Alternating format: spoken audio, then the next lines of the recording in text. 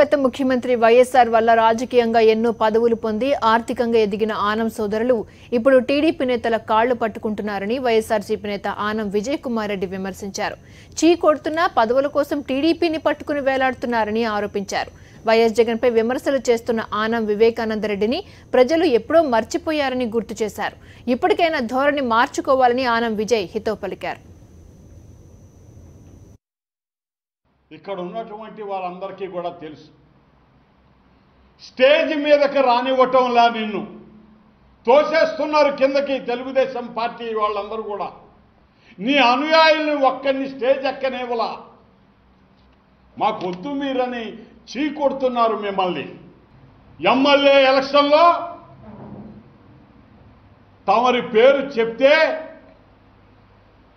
తమరి పుత్రరత్నానికి 2000 ఓట్లు వస్తున్నాయండి వివేకానందరెడ్డి.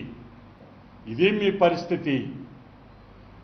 ఆనం వ్యవస్థ ఈ జిల్లాలో పెద్దలు సముపార్జించినటువంటి ఒక శక్తివంతమైన వ్యవస్థ కూడా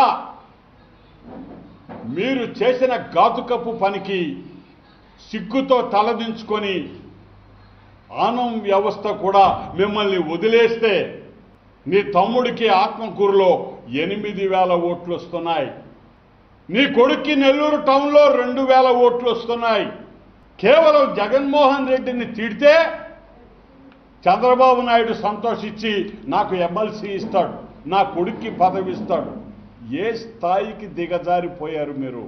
లేదు, ఆయన సరిగ్గా చేయకుండా ఏదైనా మీ ముఖ్యమంత్రి గారిని విమర్శిస్తే దానికి ప్రతీకారంగా మీరు ఏదైనా కౌంటర్ ఇవ్వదలుచుకుంటే ఇవ్వండి. బట్టలిప్పి తాగేదేందయ్యా? ఏందయ్యా ఈ భాష?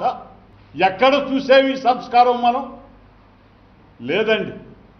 ఇటువంటి వ్యక్తులకి ఖచ్చితంగా గుణపాఠం చెప్పాల్సినటువంటి అవసరం ఉంది.